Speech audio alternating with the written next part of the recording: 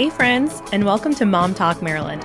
I'm your host, Claire Duarte, founder of the Columbia Mom, and this is your spot for real conversations, local love, and a whole lot of community. Whether you're folding laundry, running errands, or hiding in your car for some peace and quiet, let's dive in. All right. Well, I'm so excited that today I have with us Laura, owner of Rebalance Health and Wellness. And if you've been following along my journey, you know that I've been talking all about my thyroid journey, how I've gotten to know Laura, your business. But I'm so excited to have you here with us today. Thank you so much for having me. I'm so excited to be here. I just love you. I know. We're just already having too much fun, I think. But actually, this is so funny because it's actually a great timing because yesterday was my follow-up with you. And so to kind of like go forwards and backwards, right? For if you're tuning in and this is your first time hearing Laura and hearing Rebalance, to kind of give you a little bit of backstory. Well, I'll share my side, and then and then I want you to kind of tell us a little bit more in depth about your business too. Totally. But I met you when you first reached out to us to kind of do some marketing, and then that was kind of my first introduction to getting to know your company, and it was talking all about. And first, my first thought was because I didn't know anything about hormone therapy and things like that. And my first thought was like, oh, is this going to be right for my audience? Blah, blah, blah. Because again, my brain went like menopause. Right. You know, and so I was like, oh, I don't know, like, but then as I got to know the business more, I was like, wait, and then the more that I was filming with you, I was like, oh my God, I need to be a client. Yeah. I want to be a client. And then when that ended, like we jumped right into essentially assessment, testing, and the recent months of like me doing the elimination diet to finding out going through the full panel test results. So that fast forwards to yesterday's follow-up meeting was essentially 1 month from the test results, from my test results, where, long story short, found out that I have Hashimoto's, hypothyroidism. Is that correct? So your thyroid numbers are still normal, but you have antibodies to your own thyroid. So it's an autoimmune thyroid condition called Hashimoto's, but really we're catching it early. And so you're able to do the lifestyle modifications that you need to do in order to kind of hopefully keep it at bay and keep you off medication. So your thyroid markers and your numbers are normal. So your thyroid stimulating hormone, your free T4 and your free T3 are all still normal, but you are having autoimmunity to your thyroid by the thyroid peroxidase antibodies. Well, and again, this is where like I have no medical background, and like, but the thyroid. Remind me, because again, you're the professional, you know this stuff like a second language. Wasn't the thyroid still like high or elevated? So your thyroid numbers were still within normal range. Okay. Your TPO or thyroid peroxidase was 150, and that is the marker of Hashimoto's and autoimmunity. Oh, okay.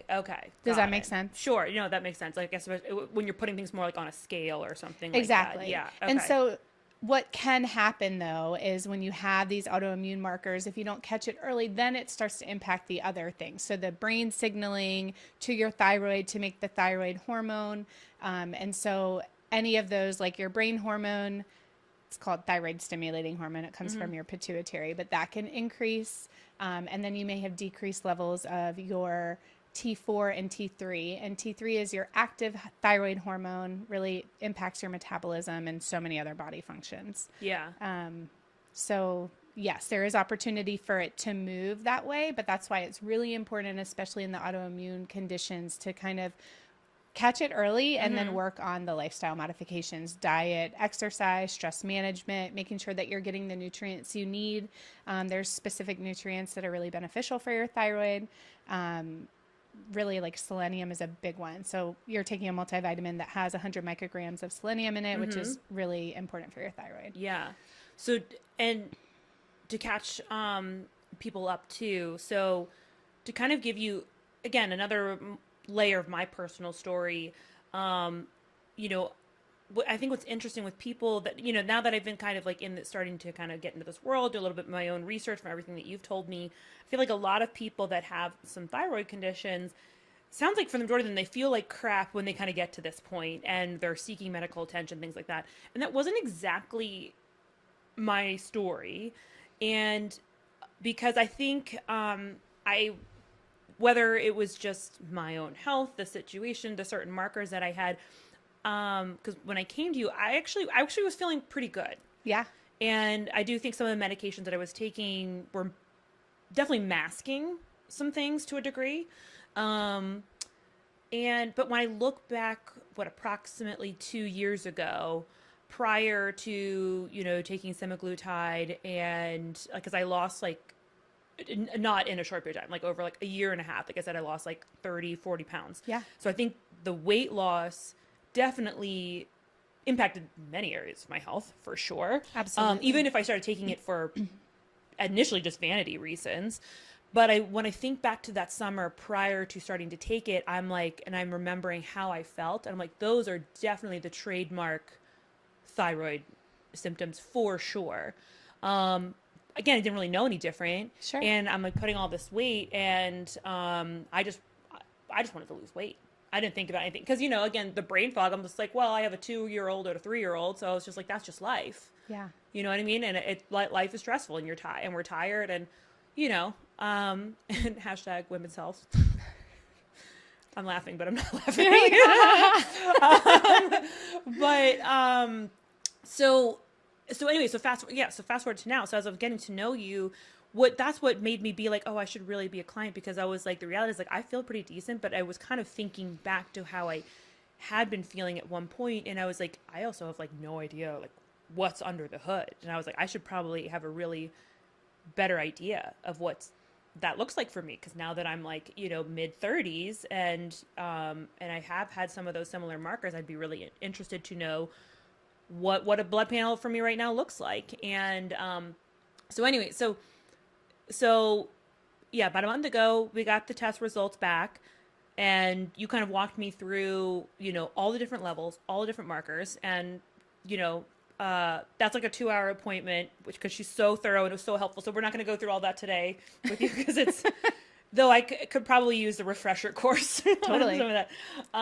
But one question that I feel like that comes up to me sometimes when I've been telling people, and as I've been sharing my journey and talking about, obviously, my new diagnosis, but then the supplements, things I'm taking, people are often asking me like, oh, are you on thyroid medication? Are you on Synthroid? And when I tell them no, and my explanation is like, well, again, this is kind of coming from the education that you've given me, is like, well, the goal right now is to heal my gut. It's like, yes, I think like the thyroid medication can help the thyroid levels, but we still need to heal the gut, and that acts as the body's fighting response, and with an autoimmune issue, like it's even more compromised right now. So, we're kind of trying to rebuild from repair or ruins, maybe.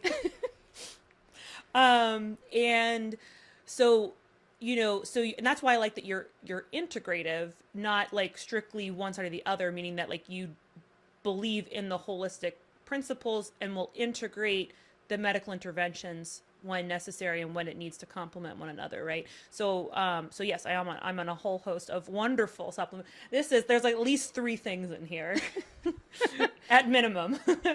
But it's all personalized for you. That's right. Well, this isn't like an Instagram reel. Yeah, no, this is it's not. Great. No, but so anyway, so I wanted you to answer that question about like, people asking like, well, why aren't you on, like, you need to be on Synthroid. You need to like be on the, like, can you help provide some kind of like more education and explanation? Yeah, I think a big piece of this is every person is an individual. So every plan that we create is individualized for you. So for you, your thyroid numbers are still fine. And so we need to do the other things to work on your thyroid. We need to fix your gut. We need to reduce inflammation. We need to make sure that your diet is in check, because I firmly believe that food is medicine. So like dairy and gluten tend to be very inflammatory, especially in the autoimmune condition group. And so changing those things and taking the nutrients that are really beneficial for your thyroid for you is where we're going right now. Now, I have plenty of other patients that I'll start with the lifestyle things, and depending on their levels and how they're feeling and what their symptoms are, like we prescribe thyroid medication. Right. The thing about Synthroid, though, and I hear Synthroid all the time, we do use Synthroid in our practice, but Synthroid only gives you T4. And just a little bit of physiology, T4 is not even your active thyroid hormone, it's actually T3. So when you give T4, it still has to convert into T3, your active thyroid hormone. So it depends on what your problem is. Synthroid can help fix some of the problems, but we also utilize T3. So we might use something called Cytomel, or we might compound T3 and T4 together. But again, it's all based on each individual's lab results, what they're experiencing symptom-wise, and kind of a whole host of factors. Does that make sense? Yeah. Is that... Yeah. No, absolutely. Well, and here's the reality too, is like, we'll have these conversations and I'm like, yes, that makes no sense. But again, I'm coming from a place of like, I don't have the medical background. So like, and so for me to then regurgitate it alone for myself. Yeah. And for other people. And then for other people. Yeah, and I'm like, what she said. Now we have this on video, so I can actually refer back to this. But that was funny. the real reason why I had to. Exactly. I just wanted to know that one specific thing, and now we can be. And now you can turn the camera off. No. Yeah. But I think it's important to know that, like, especially our practice, Rebalance Health and Wellness, like, we are not so strict in either direction. Like, we meet people where they are, which is really like what I love about our practice. Like, your life matters, where you are in your life matters. And so we kind of have to come up with a plan that works for you, your lifestyle, and what your beliefs are. I mean, Dr. Zimmerman and I still practice traditional medicine as well. I mean, I do anesthesia 2 days a week, and he's a critical care physician. So like, he does that half time. And then we do functional medicine, hormone replacement therapy, gut health, thyroid health, the other 50% of the time. And so we have a different breadth, like knowledge base and experience base where like, yes, like we believe in the natural things, but we also believe in medicine. And so we kind of mold that together. And I think that's really unique and really important. And again, personalized medicine is not what's being done everywhere. Right. And so, you know, like, we want people to feel good in their lives. And so that's why everything is based on what you are experiencing and what your lab results show. And kind of like, we believe what people say. Like, women's health is so important to me. I mean, the entire reason we created this practice is because I was suffering and I could not get help, and I'm in the medical system, right? Right. And so when I talk to people, they're like, you have such conviction about what you're doing. And I'm like, well, because I believe it, because it literally changed my life. And I practice what I preach. So like, something else you'll find is Darren and I do everything that we have our patients do. Like, I'm not just like, do this, this, and this, but like, I'm not going to do that. Like, that's too hard. Like, we live this lifestyle, and like, we have seen the benefits in ourselves and in our family. And I mean, I shared with you that like, I'm doing a lot of the functional medicine pieces on my 5-year-old. Right. So like, there's benefits for everyone, in living this way. So. I know. And that's definitely what I'm excited for us to talk about a little bit today too. But I also wanted to add, like, what I think has been really interesting for me too about being this journey is that because again, we obviously were talking about this yesterday during our follow-up, which I also could have just recorded. Might as well, should have. But, you know, I for me, what I'm realizing, and I'm sure this is the case for a lot of people, it's like, I feel like as of right now, again, kind of one month in from test results, right? I feel like I'm feeling worse before I'm going to feel better. Sure. Kind of like in a good way, right? Like, cause you know, once, and I would have started the elimination diet, say earlier, but it was around spring break time. So cause I could have started it probably right when you gave me the initial test, but again, timing. So, so anyway, so when I started the elimination diet, it was like a little bit of like, okay, you know, now my body's just detoxing, right, off of inflammatory triggers and things like that. And as you know, my elimination wasn't 100% squeaky clean, perfect. So obviously, there's still elements of a little bit of dairy here or there. You know, I know that doesn't make the playing field super even at that point. And then you add in when I started the introduction of the supplements and the new items.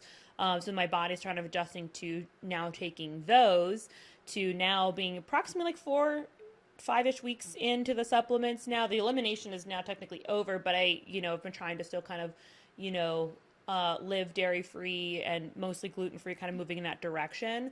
And one of the things I was telling you, you're like, how are you feeling? I was like, mostly good. You know, I mean, ironically, I look back, I'm like, man, I feel like I definitely felt better prior to like starting all of this. Like, ironically, you know, like, but that's not, I know that's not a reason to go back based on like what I know now, you know, now that I know like what actually I was working with. But I'm, you know, like, so I was telling you today, like, oh, I feel like, you know, kind of tired and a little sluggish, but I know that, like, you know, but that's the perfect reason. So we're tweaking a little bit of things, right? Like, instead of taking the magnesium in the morning, I'm gonna take that at night. You know what I mean? And I hope like that starts to help. And I have been pretty good about keeping the dairy, like, you know, out of my diet. I had like a few bites like Sunday night.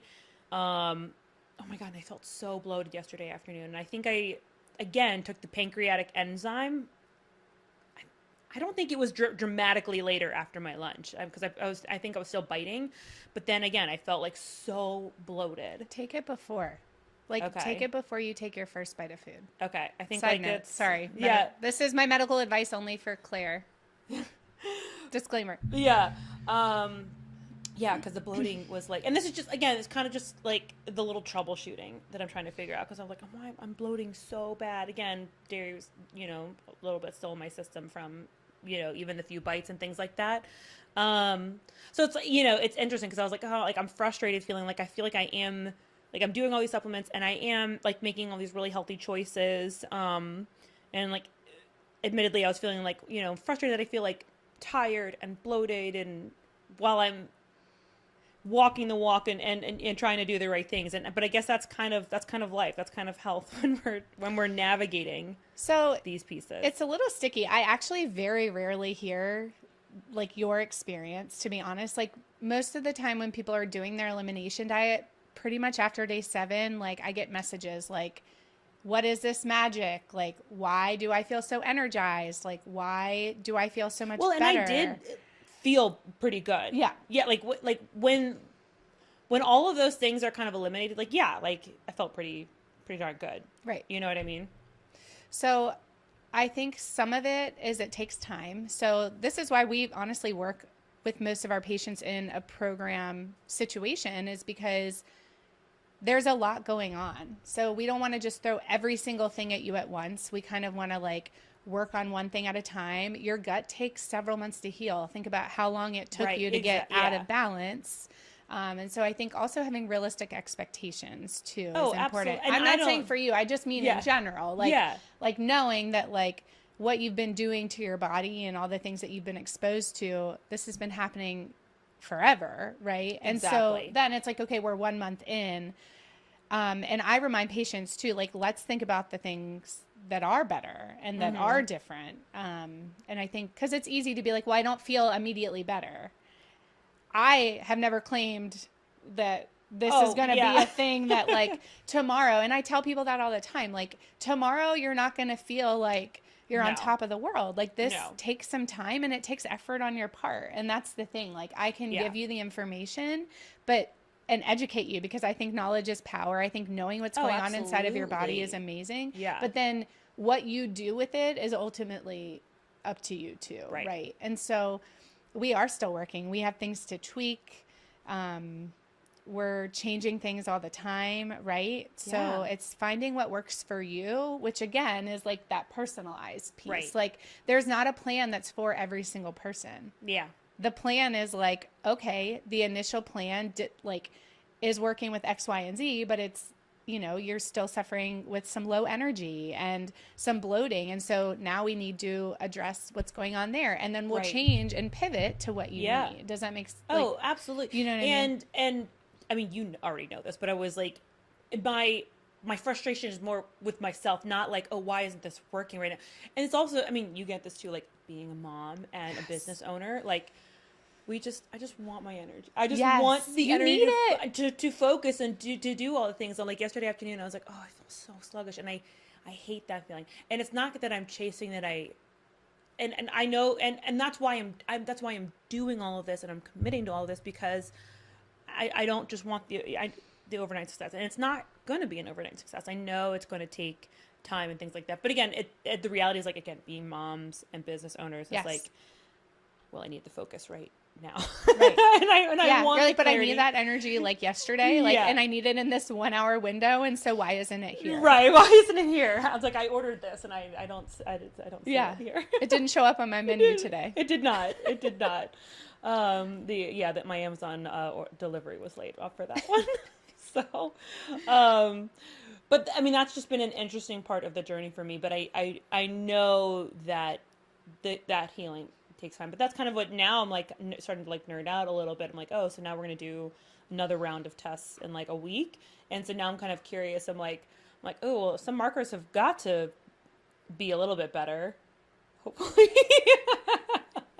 Yeah, so we kind of like, we check certain things at certain points, and we're getting ready to check your hormones again. Yeah.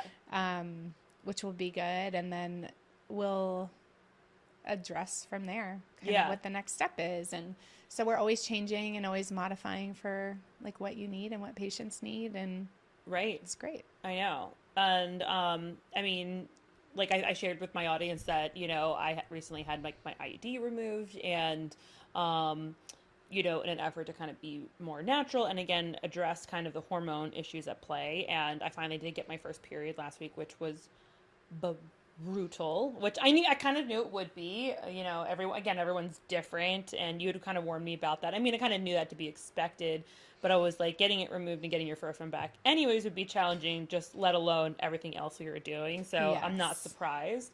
Glad that we're through that. But I know now the next piece that you had mentioned is like, eventually, you know, introducing progesterone, right? But that's where we're going to test those markers first to kind of see where we're at. Because I was having an interesting conversation with someone the other day too. They were like, well, I know that like progesterone, estrogen, and testosterone are all like, you know, linked to like fertility, but like, why do we kind of still need that now? So I want to know if you could speak to that as well. Yes. Oh my gosh. I feel like I could talk about this for 7 hours, but I'll keep it as brief as possible. I know, right? Okay, guys, this is an all-day podcast in case you were wondering. Live streaming, yes. So I feel like people think of they're sex hormones. So for women, they're made in the ovaries, testosterone, estrogen, and progesterone. And everyone thinks they're kind of just like, they stay here in your sex organs. They're there for fertility. And this is kind of the problem with medicine too, is like a lot of like women's health is really focused on getting pregnant and being pregnant. And then after that, like there's been like such limited amount of money that has gone into research for perimenopause, menopause research, all these things. Okay. So I digress, but they don't just stay in your sex organs. There are hormone receptors literally all over your entire body. So, for example, like I have patients ask me all the time, like if I start hormone replacement therapy, is this like, do I have to be on it forever? And I'm like, well, I would like to like change people's perspective, because you should want to be on it when you hear what I have to say about it. Like I will be on hormones forever. And the reason for that is in perimenopause, your hormones kind of go haywire. Your estrogen fluctuates a ton. Your progesterone, once you hit your mid-30s, starts to steadily decline. Your ovaries tend to not produce as much testosterone, so that starts to steadily decline. And then once you reach menopause, it's pretty much your ovaries are petering out and you're not producing any of those hormones. Yeah. And what happens is estrogen is so important for so many things. The number one killer in our country is cardiovascular disease still. When you lose your estrogen, it basically makes your blood vessels super stiff. It increases your risk for cardiovascular disease. I didn't know that. Yeah. Your estrogen helps to maintain bone density. So once you lose your estrogen, your bone density starts to decrease. And if you think about hip fractures, there's a 30% mortality in patients that have a hip fracture that you can help prevent by just replacing estrogen. Well, it's so funny because, like, yeah, you hear, especially for women, like, oh, you need bone density, but like, never really is it talked about that connection there. It's huge and it's well studied. This isn't just like made up science. This is like data that has been proven. We talk about the risk of Alzheimer's disease and cognitive dysfunction. It's huge. And women are at greater risk of these things. We talk about brain fog. That's a loss of estrogen a lot of times. Like, so long term, there's a reduction in different kinds of cancers. For example, colon cancer, if you maintain your hormones. progesterone. Progesterone's amazing. It's GABAergic, which means it's kind of like your anti-anxiety hormone. It's like nature's Valium. And so Could always use some Valium. it helps you sleep, and it helps with mood stability. Estrogen also helps with mood stability. Estrogen helps with your metabolism. Like, hormones are amazing. Testosterone. I mean, testosterone is like my personal favorite hormone. It's not FDA approved in women, which is like a total crock of crap. Women need testosterone as well. We make 10 times more testosterone than we do estrogen, but no one talks about it. It is not just a male hormone. Testosterone is important for so many things. It's important for cardiovascular function. Yeah. It's also important for bone health. It's important for mood stability. I think about it as like our CEO hormone. So it's like your get up and go. It's your drive. It's your motivation. It helps with muscle mass. Like, metabolism. Again, these are just like things I can spout off in 1 second. Like, there are so many reasons that women should make sure that their hormones are, one, balanced, and two, that they don't just lose their hormones, because the long-term implications of these things are really catastrophic. Yeah. You lose your brain.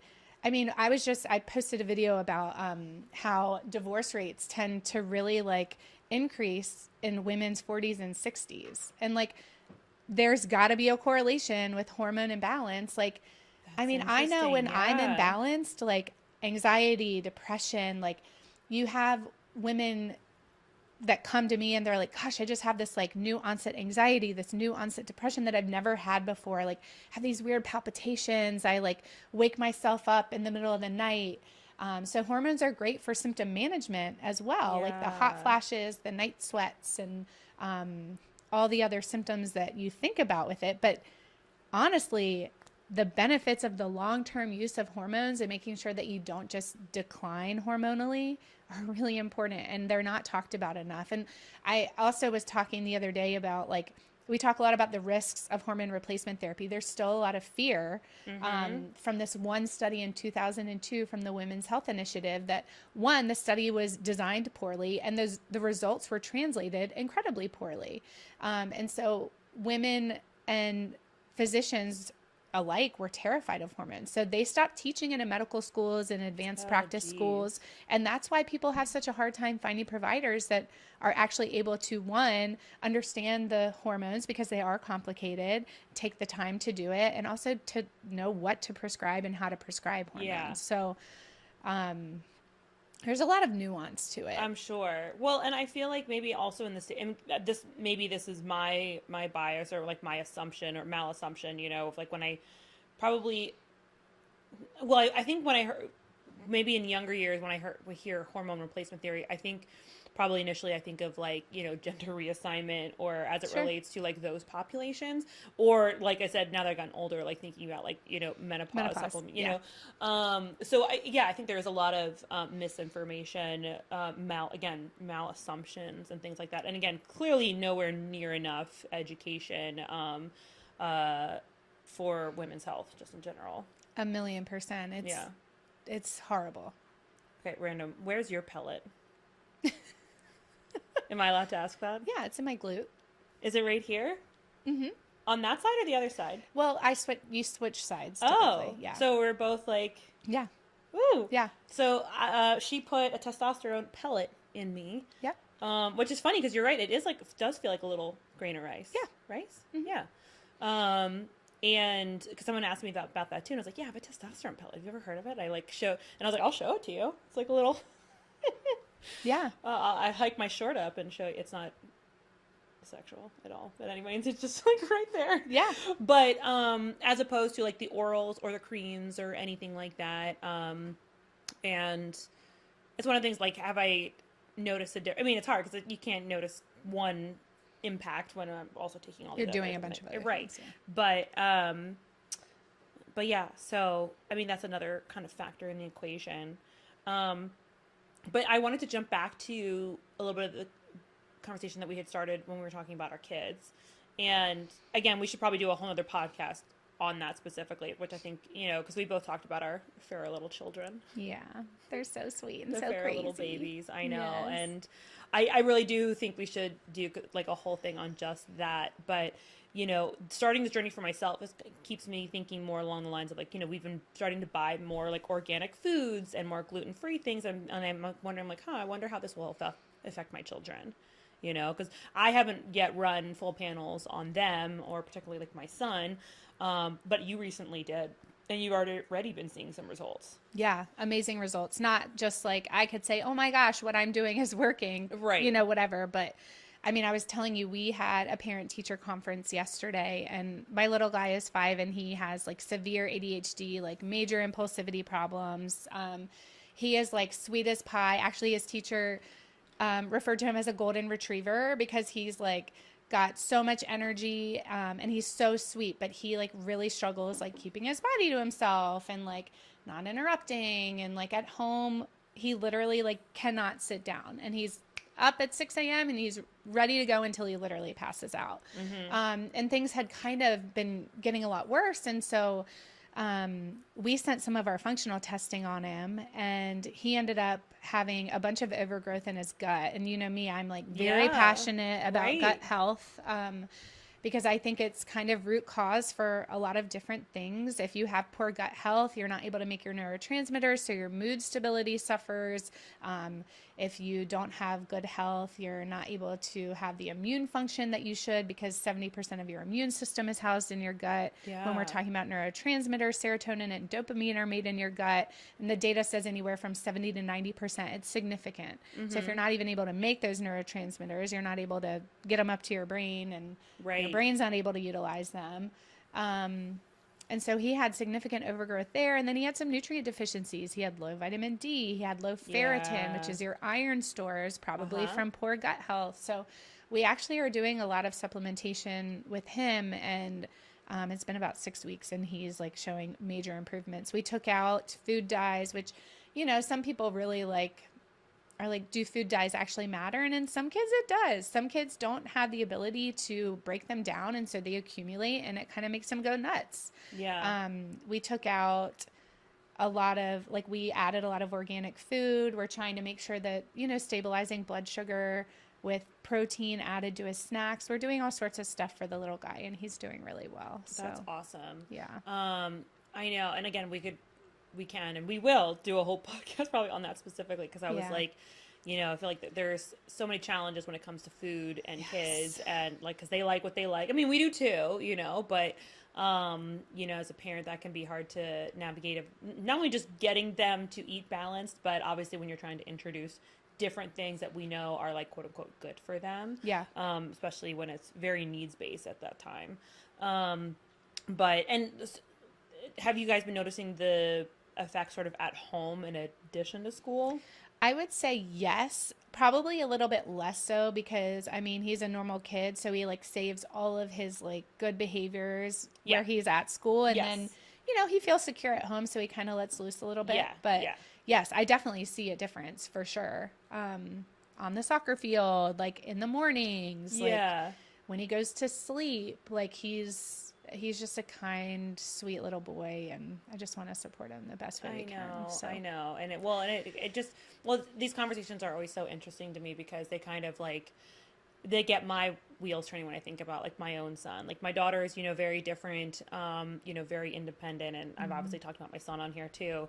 And, definitely think, a peek at his GI system could be really beneficial for us along with the other zillion hosts of things. But I mean, again, like while I'm making these shifts for myself, I'm like, well, again, might as well start like, buying organic for the house, and kind of slowly, not that I'm mandating that everybody in my house be gluten-free kind of thing, but kind of slowly going that way with some different products and things like that.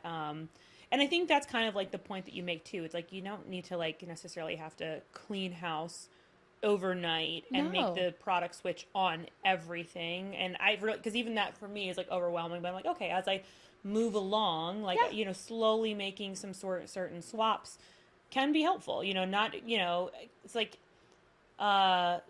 even things like, some laundry detergents, deodorant I was telling you about. But I was like, I have I have a bunch of products. I'm not going to waste what I currently have, No. but I'll slowly kind of maybe move in that direction and just see. And I advocate for that too. I'm like, look, like I don't want you to waste your money, but here's some options that like are cleaner, that have less endocrine disruption, and that you can switch to, and they're not even any more money.